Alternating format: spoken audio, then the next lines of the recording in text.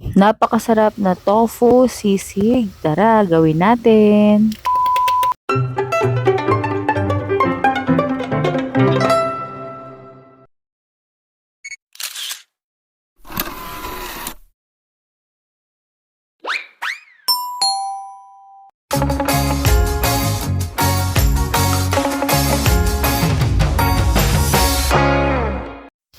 Una natin gagawin is magpiprito tayo ng tofu. Kinat ko na pala yan into small pieces para maprito siya ng maayos. Ayan.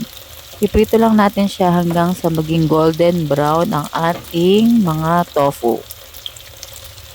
Ayan. So, naghiwa na rin pala ako ng sibuyas.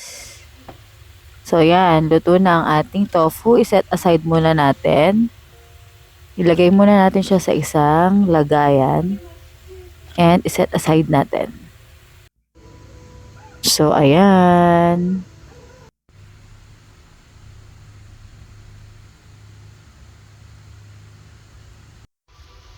Okay, umpisa na natin. Una is maglagay tayo ng garlic. Ayan, igigisa lang natin. Sobrang dali lang nitong gawin.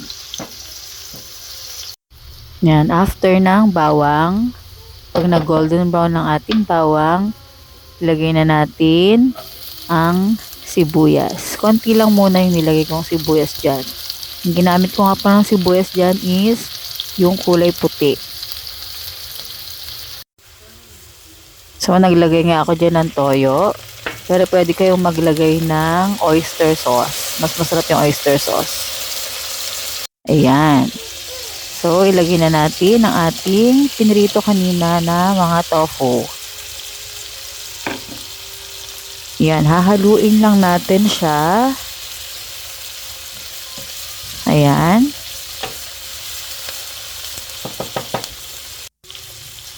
Saka natin lalagyan ng paminta. And lalagyan na natin ng mayonnaise. Yan, mas maraming mayonnaise, mas masarap. So, yan. Hahaluin lang din natin ang ating nilagay na mayonnaise kasama ang ating tofu. Yan. Pagkatapos, ilagay na natin ang ating siling green. Yan, iniwa ko lang siya ng maliliit. Konti lang nilagay kong sili dyan dahil may mga kabatang kakain. So, kung gusto nyo ng mas maanghang, damihan nyo po ng sili na green. Ayan, haluin lang natin. Saka ko na ilalagay dyan ang isinet aside ko kaninang sibuyas. Ayan. Haluin lang natin. Ganyan lang po kadali ang ating tofu sisig. So, naglagay ako ulit ng mayonnaise dyan. And then, nilagyan ko siya ng seasoning. Yan, pampasarap yan. And then, hinalo-halo ko lang yan ulit. Ayan. Haluin lang natin hanggang sa makoat lahat ng ating mga tofu. Ayan. Adjust nyo na lang din yung panlasa nyo kung maalat na ba siya or tama na yung mga sangkap. So, yan. At nilagyan ko siya ng egg.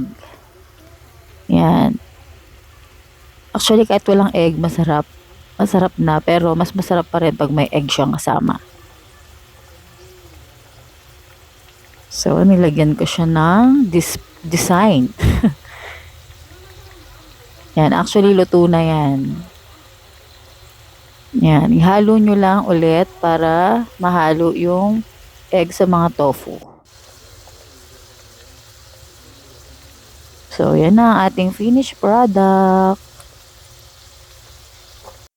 Ayan. Pag ginawa nyo po nga pala to, mapapa-only rice kayo. So, yan, naglagay ulit ako ng natitirang mayonnaise. Yan, nilagay ko na siya lahat. Inubos ko na siya lahat dyan. So, ayan. Hinalo ko na ang itlog. So, ganyan ang kinalabasan. Wow! So, yan lamang po muna. Thank you for watching.